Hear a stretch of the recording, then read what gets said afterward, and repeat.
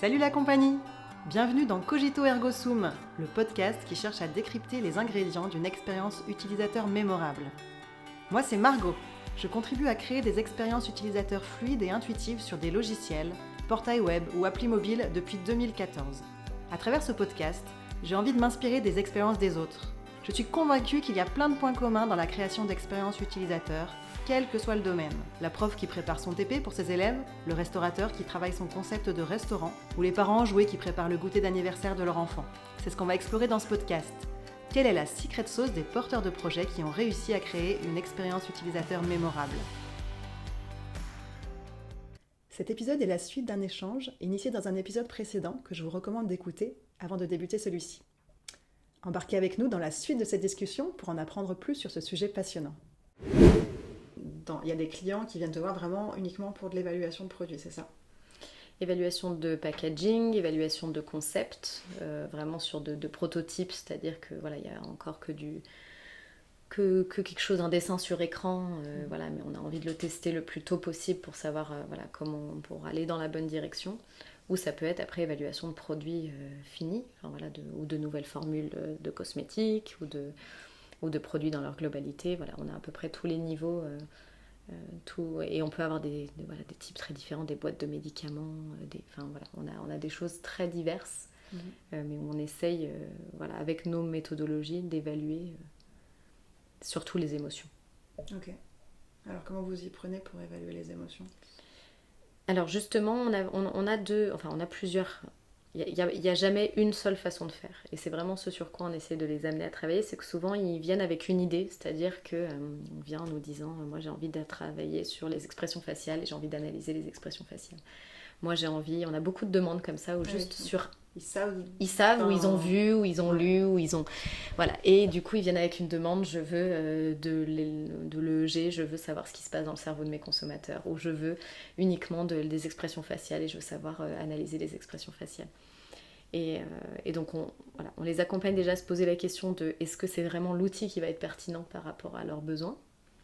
Et ensuite, nous, ce que l'on est capable de faire, c'est de proposer des méthodes hybrides et qui, pour nous, font beaucoup plus de sens parce qu'en soi, chacune des méthodes apporte une réponse, un élément de réponse, mais qui n'est pas suffisant pour bien décrypter les émotions en temps réel. Donc, on va avoir effectivement des solutions plus physiques, filaires, avec des capteurs, ce qu'on appelle de réponse électrodermale, d'électrocardiogramme, d'électroencéphalogramme. On va avoir après d'eye tracking, ce type de choses, donc plutôt avec des capteurs, donc des solutions multicapteurs. Et puis on va avoir aussi une autre solution qui vient d'être aboutie et qui est à l'origine d'une nouvelle entreprise qu'on a créée qui s'appelle Visioneers. Donc aujourd'hui on a 2 entités.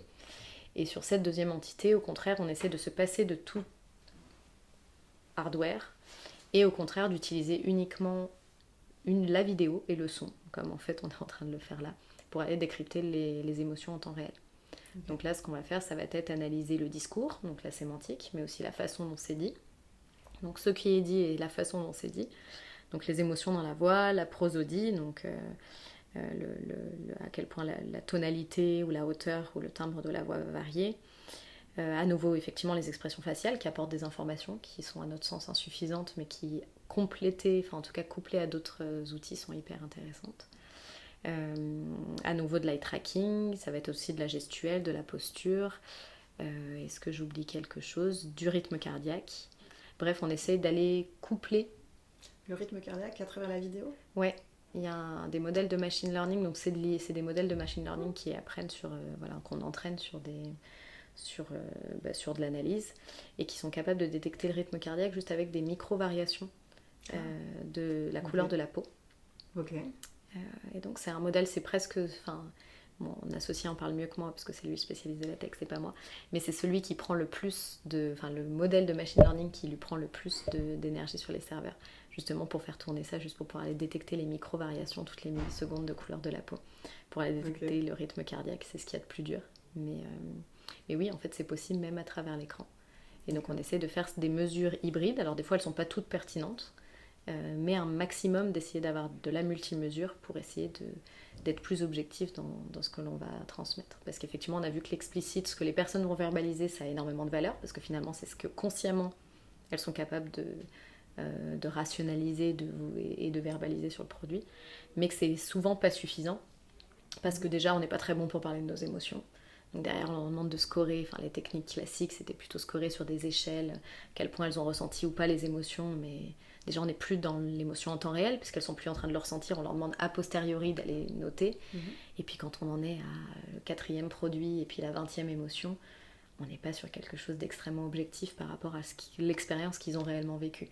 Donc ce qui est intéressant, en tout cas ce que nous on considère comme intéressant, c'est d'aller vraiment détecter en temps réel, du moment où il y a la première interaction, je vois le produit avant même de l'avoir touché, jusqu'au moment où je l'essaye, je l'applique, voire même j'en discute. Je peux aussi faire des retours d'expérience tous les jours, pendant un mois, de ce que j'en ai vécu, mais pour essayer de parler du produit pendant que je suis en train de vivre l'expérience. Donc vraiment voir en temps réel l'émotion qui est ressentie au moment où j'applique ma crème, au moment où j'interagis avec mon logiciel, au moment où je suis en train de le vivre, et pas moi a posteriori, ce que consciemment je suis capable de raconter de ce que je viens de vivre. Mais où je ne parle plus du petit irritant que j'ai eu, sur le coup, qui est pas, soit pas conscient, soit qui est pas... quand je le restitue, c'est pas forcément la priorité de ce que je vais verbaliser. Mais pourtant, si on a réussi à le détecter, si c'est finalement un irritant qu'on a détecté sur l'intégralité du groupe, peut finalement être quelque chose d'important à travailler, un axe important à travailler, parce que c'est quelque chose qui a gêné tout le monde à un moment donné et qui a pu faire en sorte que derrière on ait un désengagement lors de l'utilisation. C'est amusant, ça c'est quelque chose qui me questionnait pas mal, ce côté pendant versus après, jusqu'à ce que j'ai vu une conférence il y a plusieurs années. C'était Karine Lallemand, une chercheuse en expérience utilisateur, et qui parlait justement du fait que c'était très intéressant de s'intéresser à ce qui se passe après, et en tout cas à la mémoire qu'on a de l'expérience. C'est pour ça d'ailleurs que le podcast, c'est sur les expériences utilisateurs mémorables. J'ai choisi cette terminologie-là parce que je trouve que c'est important justement d'avoir cette notion que si tu t'en souviens en bien, c'est ça qui va te donner envie de revenir ou d'en parler autour de toi, et qui va créer finalement pour quelque chose à vendre, ou pour un service, l'engouement et du coup le succès. Et finalement du coup ça m'a vachement détendu sur ce sujet de finalement on évalue après et pas uniquement pendant, parce qu'en fait je me dis finalement c'est ça qui compte, c'est ça qui est... Si pendant c'était moyen mais que le souvenir il est bon, ça, c'est pour une raison X ou Y, parce que je sais pas, la fin était géniale et du coup on se souvient de la fin, finalement ça passe quoi. Tu vois, alors que si c'était globalement génial mais que la fin est pourrie et que le souvenir est pourri, tu vas pas revenir. Et donc je trouve que c'est intéressant d'avoir les deux en fait. Ouais, complètement. Mais nous on essaie vraiment de travailler sur l'amont, c'est-à-dire même les représentations implicites que j'ai avant même d'interagir avec un produit. C'est-à-dire si on me parle de ce produit, qu'on me dit là vous devez justement vous avez besoin d'une crème, qu'est-ce que ça vous évoque, en fait déjà les représentations implicites que tu vas avoir, elles vont conditionner ce que tu vas finalement observer dans le produit. Si tu t'attends à chercher, tu dis ce qui est important pour moi c'est que la crème soit riche, c'est que la crème soit hydratante, forcément une des premières choses en tout cas sur laquelle tu vas te focaliser une fois que tu vas découvrir le produit, c'est cette chose-là.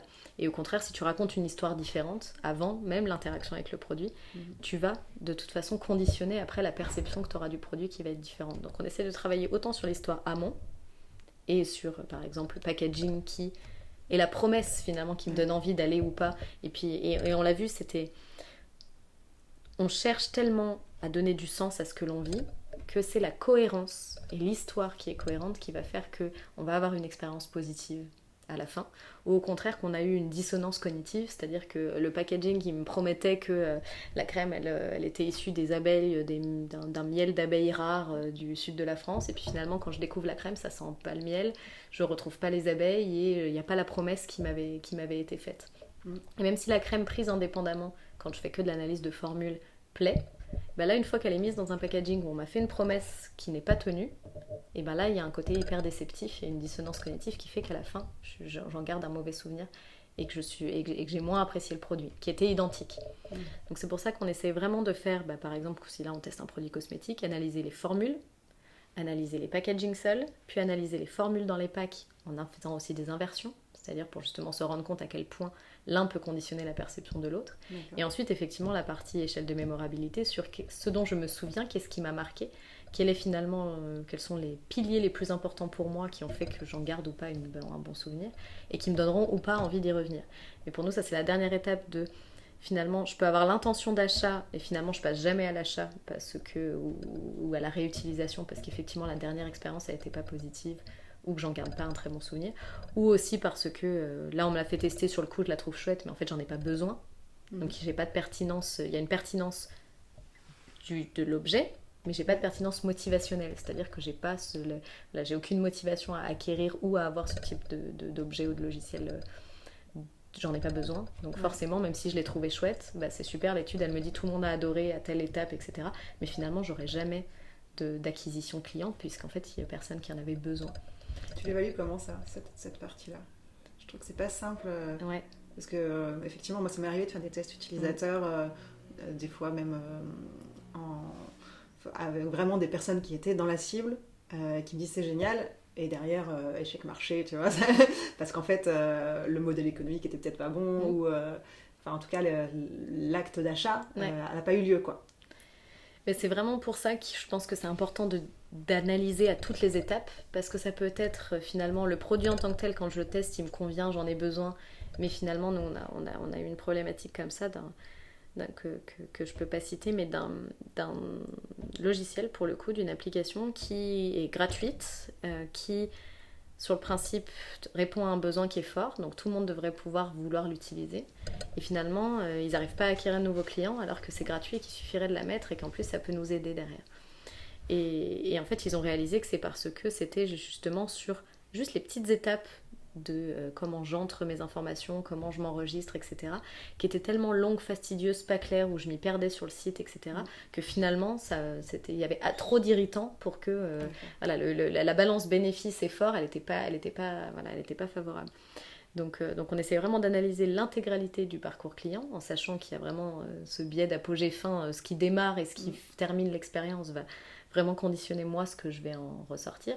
Et puis aussi le côté faire bien des rétex, c'est-à-dire reparler aux gens après, 2 jours après, 1 semaine après, 1 mois après, pour savoir justement est-ce qu'ils l'ont utilisé. S'ils l'ont utilisé, finalement, ils ont pu aussi détecter des choses 1 semaine après en le réutilisant qu'ils n'avaient pas perçu à la première utilisation. Et ça, c'est extrêmement intéressant parce qu'on peut aussi avoir un taux en tout cas perdre, j'ai plus le mot en français du churn, mais en tout cas perdre des clients qui achètent une première fois mais qui ensuite ne rachèteront pas. D'accord.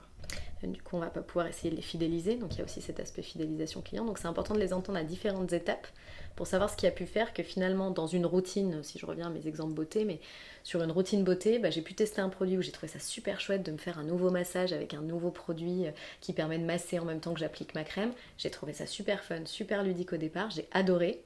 Banco, j'achète, mais derrière à l'utilisation, me faire le massage pendant 5 minutes pour réussir à faire pénétrer la crème tous les matins alors que j'ai 4 minutes 30 pour me préparer avant d'emmener les enfants à l'école, c'est quelque chose finalement que j'ai pas forcément intégré dans ma routine beauté et donc sur lequel je suis pas revenue.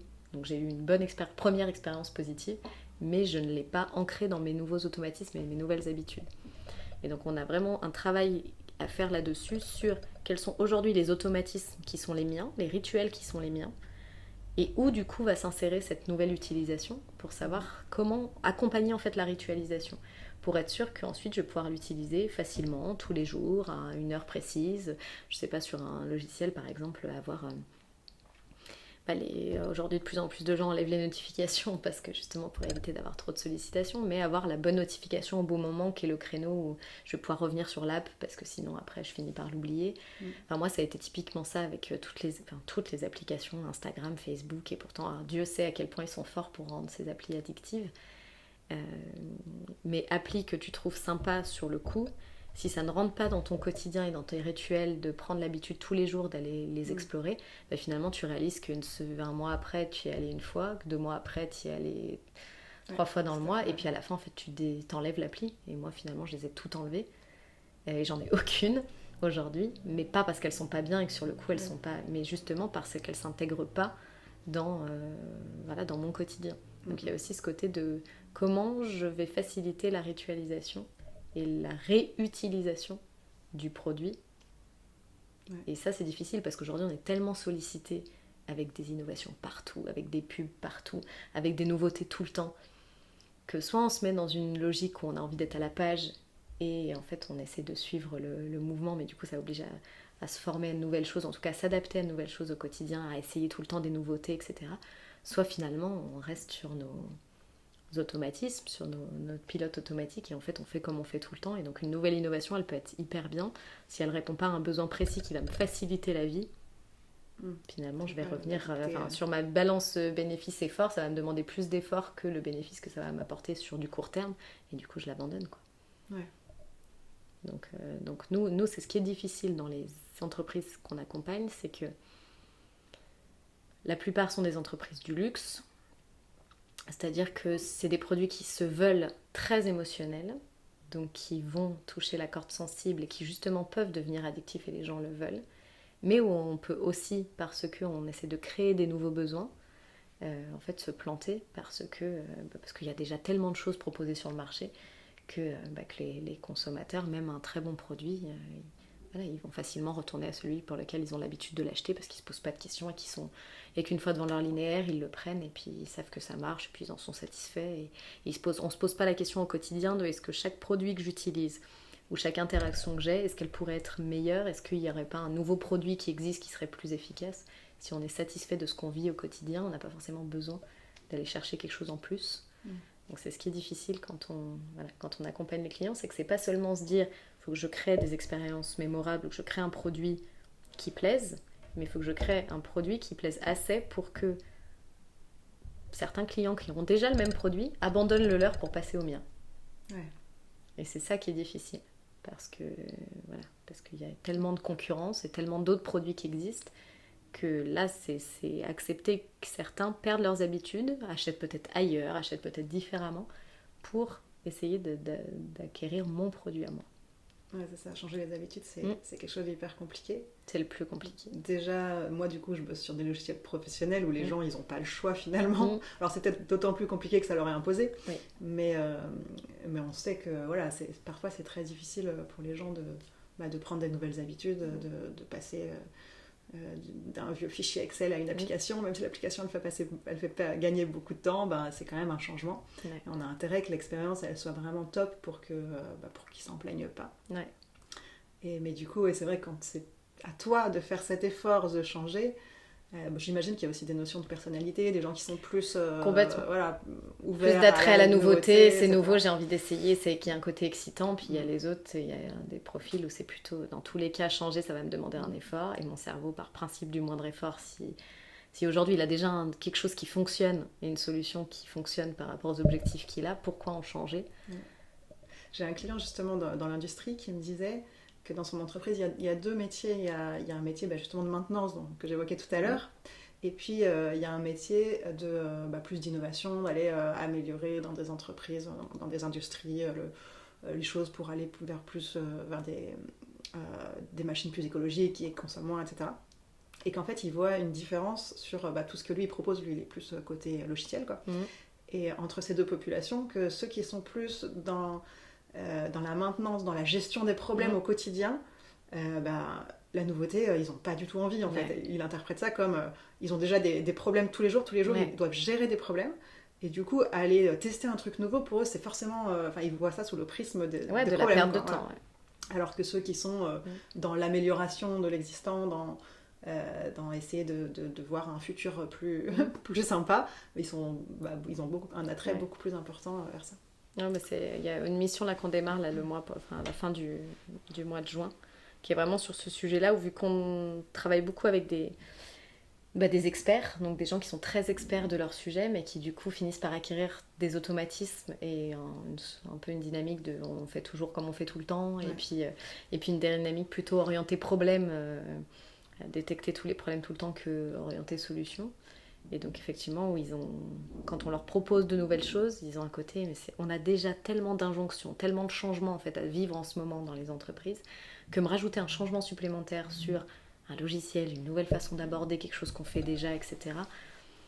Il y a un côté, le millefeuille de changement est trop important, et du coup ils n'ont pas envie d'y aller, ils n'ont même pas envie d'essayer, même alors que ça va répondre à un besoin et que demain, ça pourra leur faciliter la vie, etc. Mais sur le coup, ils sont dans de la gestion d'urgence, dans de la gestion de gérer les problématiques les plus court-termiste et du coup avoir une vision plus long terme de qu'est-ce que ça pourrait m'apporter. Voilà, accepter de perdre du temps pour apprendre à utiliser quelque chose de nouveau pour demain gagner du temps, gagner de la valeur ou gagner de la performance. Bah, c'est quelque chose qui, même d'un point de vue cognitif, n'est pas intuitif. Ouais, le coût à court terme, le coût à court terme, il est fort. Et quand on est dans certaines entreprises ou dans certains contextes où on est sous pression, on est un peu écrasé par les urgences, bah, du coup on n'a pas ce temps même cognitif pour se dire tiens, j'aurai le temps d'explorer de perdre mon temps à essayer quelque chose. Sans savoir si vraiment sans savoir si ça va marcher.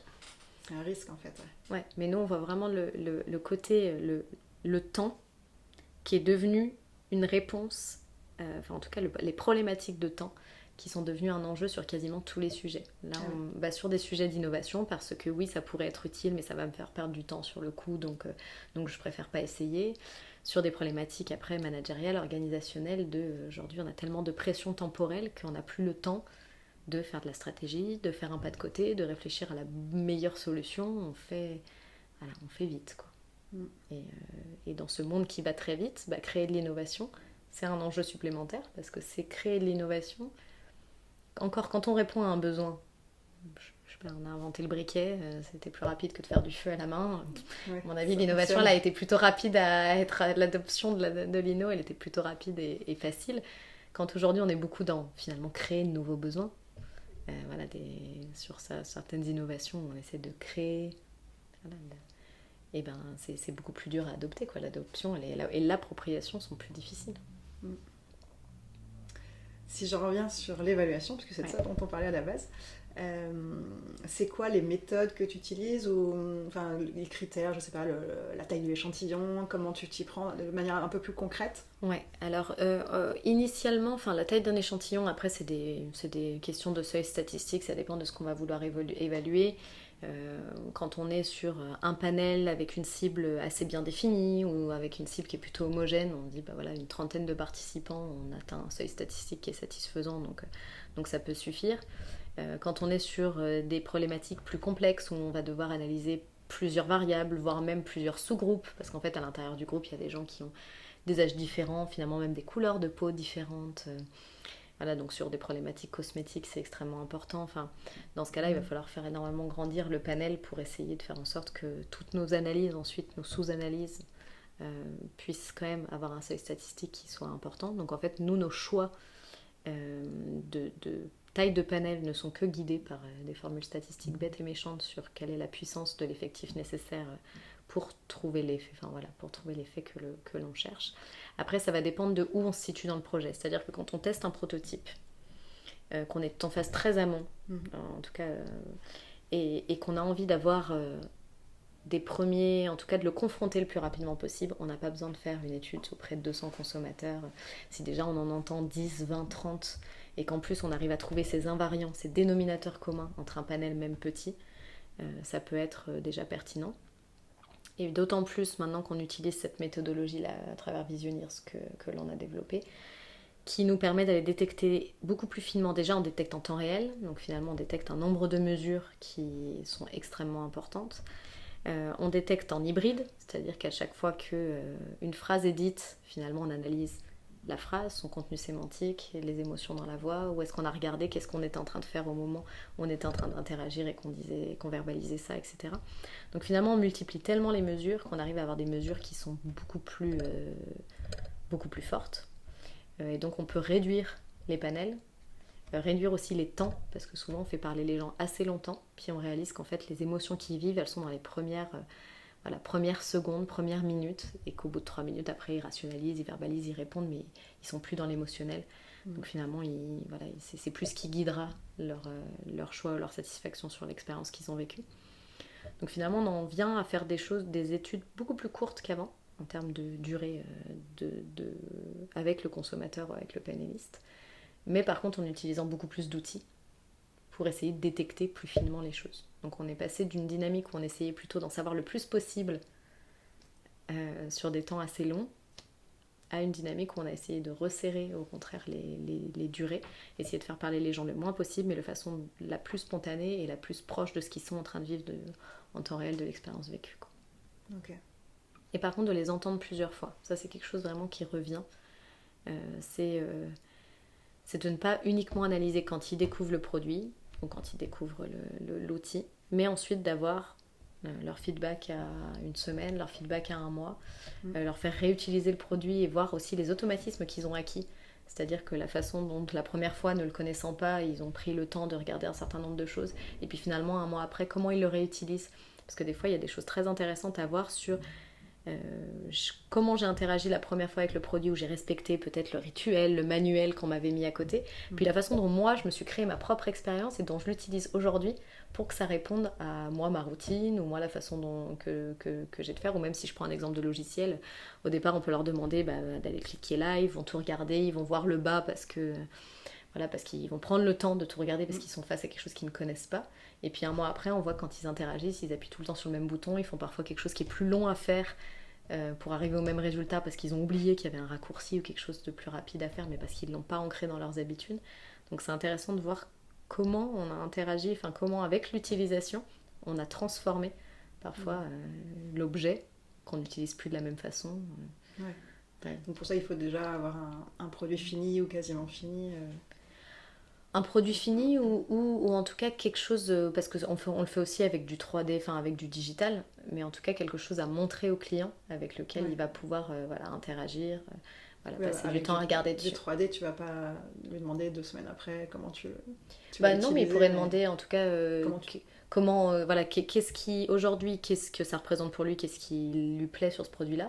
Puis un mois après, finalement, quel est son souvenir, quel est son souvenir, est-ce que finalement, qu'est-ce qui aujourd'hui lui saute aux yeux, et voir au bout d'un mois, finalement, le premier jour, il a peut-être lu toutes les petites informations, il s'est peut-être intéressé, puis même au niveau de l'eye tracking, il a pu regarder 3-4 éléments qui étaient importants pour lui. Et puis finalement, un mois après, c'est une chose qui lui attire l'attention. Et qui... Du coup, tu le représentes, même si c'est une maquette par exemple, tu le représentes un mois après.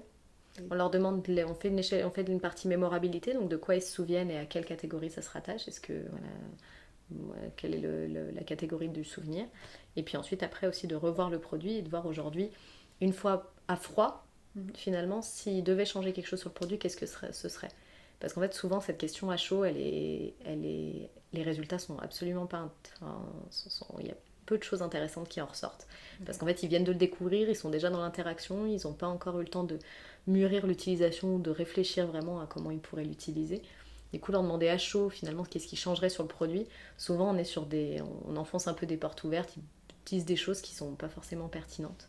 Alors qu'un mois, ou une semaine après, en tout cas, à distance de l'utilisation, si en plus ils l'ont eu dans les mains et qu'ils ont pu vraiment l'utiliser, souvent là ce qu'ils vont pouvoir verbaliser en termes d'amélioration ou d'évolution pertinente sur le produit ont beaucoup plus de valeur que quand ils le disaient à chaud. Ça, je vois assez bien le transfert, parce que dans tout ce que tu me racontes, à chaque fois en même temps, je réfléchis, est-ce que je peux l'utiliser dans mon domaine ? Et ça, je vois assez bien le transfert, effectivement, même avec des maquettes. On a un projet qui va peut-être démarrer bientôt, qui sera en lien avec le domaine de la santé, hospitalier ou laboratoire. Et je me dis, ça peut être vraiment intéressant, effectivement, d'aller, quand on va faire des tests utilisateurs, et de retourner voir les gens, effectivement, 2-3 semaines après, un mois après, pour obtenir ce genre de feedback à froid, d'autant qu'entre-temps, alors ils ne l'auront pas utilisé, puisque ce sera une maquette, en tout cas au début, mais par contre, ils auront pu y réfléchir, et vivre des expériences dans leur quotidien professionnel, et se dire, tiens, là, ça aurait été pratique, au contraire, là, ça m'aurait manqué telle ou telle chose. Exactement. Là, ça m'aurait manqué, ou là, par rapport à ce qu'on m'a proposé, là, en fait, je réalise que là, s'il fallait que je l'iPad en même temps et que je suis en train de rentrer en même temps que je suis en train de faire autre chose, en fait, c'est ce qu'on avait mis dans le cahier des charges, mais en fait, ce serait pas pratique, donc il y a peut-être un irritant qui serait à ce moment-là. Bref, qu'ils aient le temps de s'imaginer au quotidien, est-ce que... Finalement, à quel point ça pouvait les aider. Que j'ai jamais utilisé du carnet de bord. Alors, la logique, c'est plutôt justement d'utiliser le produit au quotidien et puis de noter tous les jours. Mais en fait, même si tu l'utilises pas, c'est vrai que tu peux noter des choses. Parce que je me dis, un mois après, peut-être qu'ils ont vécu des choses puis ils les ont oubliées. Mais de les noter et puis de nous faire une petite synthèse quelques semaines après, ça peut être... Et de faire émerger de nouveaux besoins sur lesquels qu'ils n'avaient pas spécifié au départ, parce que c'était peut-être pas la priorité, mais quand une fois qu'ils se sont dit... qui sont projetés dans la maquette à quoi elle va ressembler et comment je vais l'utiliser demain, réaliser qu'en fait il y a des choses qui vont leur manquer, qu'il y a des choses qui aujourd'hui continuent de faire sur un bout de papier à côté ou d'avoir un autre tableau et qu'en fait ça les intéresserait de l'avoir en même temps. voilà, ça permet de se projeter dans l'utilisation. Ok. Et quand tu testes par exemple un rouge à lèvres, enfin tu parlais tout à l'heure, il y a le packaging, il y a la formule, et des fois on échange, t'as dit, tu peux nous en parler un petit peu? C'est assez... j'enfonce des portes ouvertes, mais on sait que le packaging, il va conditionner énormément la perception que j'en ai, à tel point que on connaît toutes les pubs qui nous font rire. Là, on leur montre des yaourts rouges, ils sentent la fraise, yaourt jaune, ils sentent le citron, yaourt vert, ils sentent la menthe, alors qu'en fait, ils sentent tous les mêmes yaourts qu'on leur présente. Bon, de la même façon, sur un packaging ou sur une formule, sur un produit, ça va être la même chose. Si on leur met sur le packaging que dedans il y a du miel d'abeille rare, ils vont réussir à nous sentir le miel dans la formule juste après. Donc on sait que le packaging va énormément conditionner l'appréciation du produit, ou en tout cas que c'est la cohérence de l'histoire qui va faire qu'ils vont apprécier ou pas. Et nous, ça, on s'en est vraiment rendu compte en faisant des échanges, c'est-à-dire qu'on met on met une autre formule dans un autre packaging.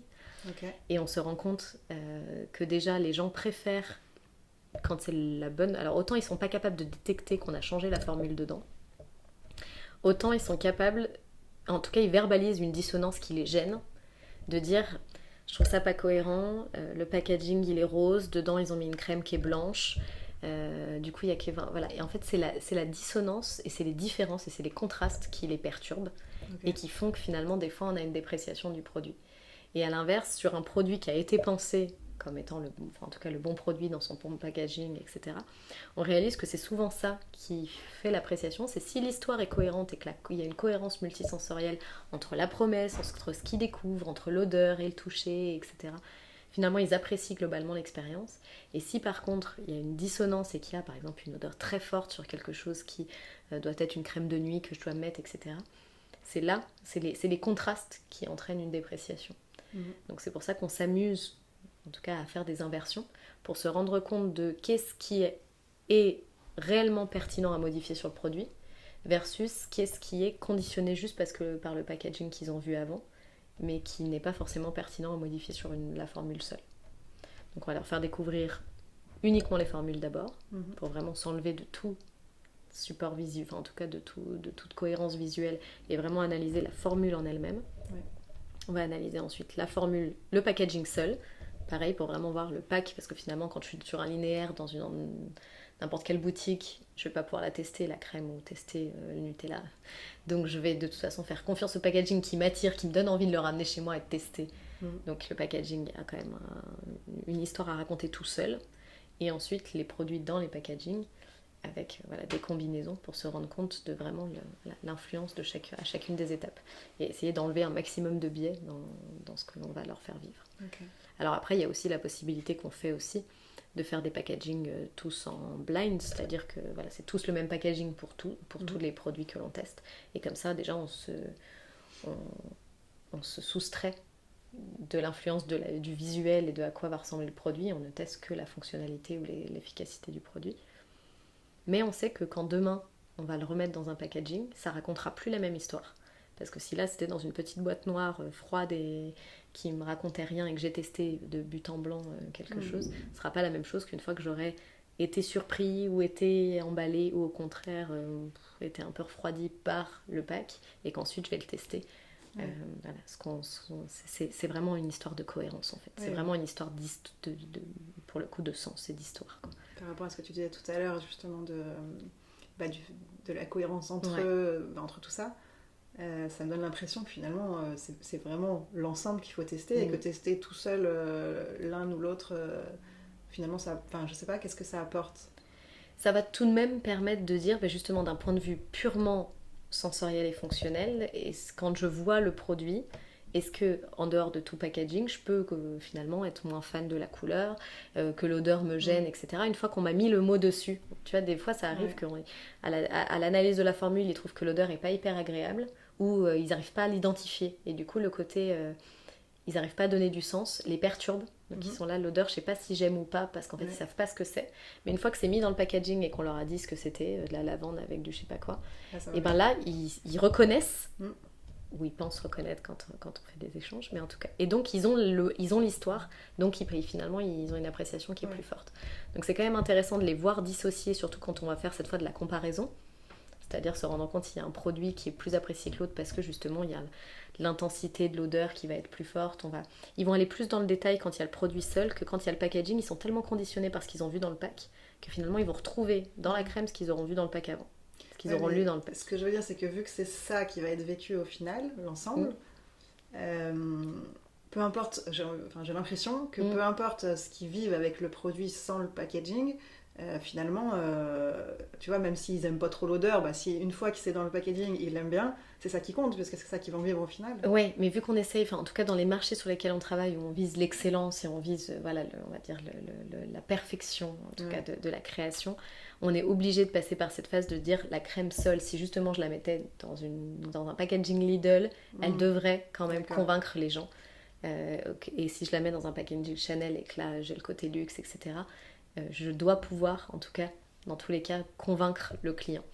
Et donc c'est le côté, le but c'est pas que le packaging raconte l'histoire à la place du produit, c'est d'abord, dans toutes ces maisons-là, c'est d'abord l'efficacité du produit, et une fois qu'on est sûr que le produit est efficace et qu'il est parfait, et qu'il est, là on va chercher l'histoire qu'on va lui mettre autour.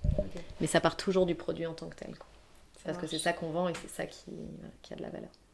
Et tu parlais de comparaison là, du coup, c'est quoi que tu fais en général? C'est plutôt sur les mêmes personnes comparer deux produits ou plutôt un seul? Ça va dépendre. Quand ça peut être un même panel où on va comparer un produit, par exemple un bench, un concurrent de la même gamme, en tout cas qui a les mêmes promesses. Et donc déjà, il faut trouver le bon bench qui va être le bon comparatif.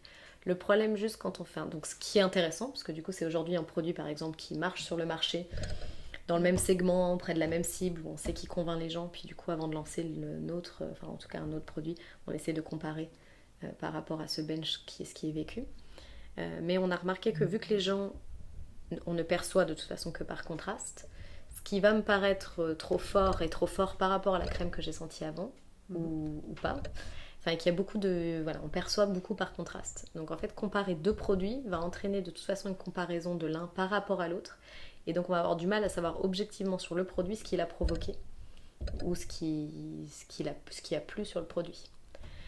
Donc de plus en plus, on essaye plutôt de faire des panels uniques où chaque panel ne reçoit, ou ne teste qu'un seul produit. Et du coup, il y a moins ce côté comparaison. Et on s'assure évidemment que les panels sont assez identiques pour qu'il n'y ait pas de... en tout cas qu'ils n'expliquent pas les différences qu'on observe. Mais où chaque panel... cette comparaison mais sur des gens différents. Exactement. On garde la comparaison mais sur des gens différents pour voir toujours cette recherche d'invariants de qu'est-ce qui a plu sur l'un, qu'est-ce qui a plu sur l'autre. Mais finalement, chacun comment il a raconté son histoire en évitant qu'on puisse comparer l'un par rapport à l'autre. Alors même si après on randomise et qu'on fait en sorte que le premier que j'ai observé soit jamais le même, en fonction au sein du groupe, on les présentait dans des ordres différents pour éviter justement l'effet du groupe. Il n'empêche qu'en termes de verbatim et de ce qui est dit et de ce qui est vécu, on le voit, la première crème c'est plus objectif parce que c'est la première qu'ils découvrent, donc ils aiment pas, ils ont des ressentis assez francs. Et puis sur la deuxième, ça va être ah ouais mais celle-là je la trouve plus grasse que celle d'avant, mais en même temps l'odeur je crois que je la préfère à celle d'avant. Et ils vont tout de suite dans le tête être dans le comparatif. Donc on a plus de mal après à extraire de la valeur propre du produit, vu qu'on peut pas, même si on a beau leur dire de ne pas comparer et de tester chaque produit indépendamment, notre cerveau marche pas comme ça. Notre cerveau il marche par contraste. Si je vois un bleu après un jaune, de toute façon je suis influencée par le fait que j'ai vu un jaune avant, donc je le trouverai plus vif. Bref, je suis forcément influencée par ce que j'ai vécu juste avant ou juste après, ou ce que je vais vivre juste après. Donc on fait de plus en plus de la mono, un panel avec un seul produit. Et on en tire des choses intéressantes. Après, le seul enjeu est de s'assurer que les panels soient tous les deux qualifiés de la même façon, de façon à ce qu'il n'y ait pas d'effet du panel. Mais ça marche bien. Ok, ça marche. Est-ce que tu as un exemple en tête que tu pourrais pour illustrer un petit peu tout ça? Sans citer de client ou de vraie étude, ça va être compliqué. Sans dire quel client, de quel client il s'agit, je sais pas. Non, mais là, typiquement pour les crèmes, nous, on a vraiment vu une différence dans ce qui était verbalisé. Et en fait, je pensais même à un logiciel où on l'a fait. Alors là, pour le coup, ils comparaient à quelque chose qui existait, ils essayaient de se positionner en tout cas de dire Aujourd'hui, il y a déjà plein de plateformes qui existent. Nous, on aimerait faire autrement. Et donc, on avait essayé de faire du comparatif entre les deux. Sauf que effectivement, le problème du comparatif, c'est que je suis toujours en train je comparais la plateforme par rapport à l'ancienne plateforme, mais finalement, ce qui n'empêche pas que quand je découvre la plateforme tout seul, si c'est fluide, c'est intuitif, j'arrive à trouver ce que je veux, finalement, l'adoption et l'appropriation, elle peut être super forte, même si finalement, j'ai perdu. En fait, quand je suis dans la comparaison, je vais parfois bloquer sur, finalement, le bouton, il était en haut à droite, et maintenant, il est en bas à gauche, du coup, ça me gêne, mais est-ce que ça me gêne parce que c'est la position qui convient pas, ou est-ce que ça me gêne parce que c'est différent et que je viens juste de vivre différemment, et donc ça m'oblige à faire une petite gymnastique et une petite flexibilité mentale, à me dire je vais le trouver à un endroit différent. Donc, alors que le côté une seule utilisation, une seule découverte, au moins on essaie de voir si le parcours est fluide, si j'arrive à trouver les informations qui sont nécessaires, sans comparer avec, avec ce que j'ai observé avant. Ok. Merci d'avoir écouté cet épisode. N'oubliez pas de vous abonner pour ne pas manquer la suite de cette discussion. Restez à l'écoute, car dans la suite, nous allons plonger encore plus profondément dans notre sujet. Pour continuer à échanger, questionner et explorer les thématiques autour de l'expérience utilisateur, retrouvez-moi également sur TikTok, vous trouverez le lien en description. C'était Margot dans Cogito Ergo Sum, et je vous retrouve très bientôt pour la suite de notre échange.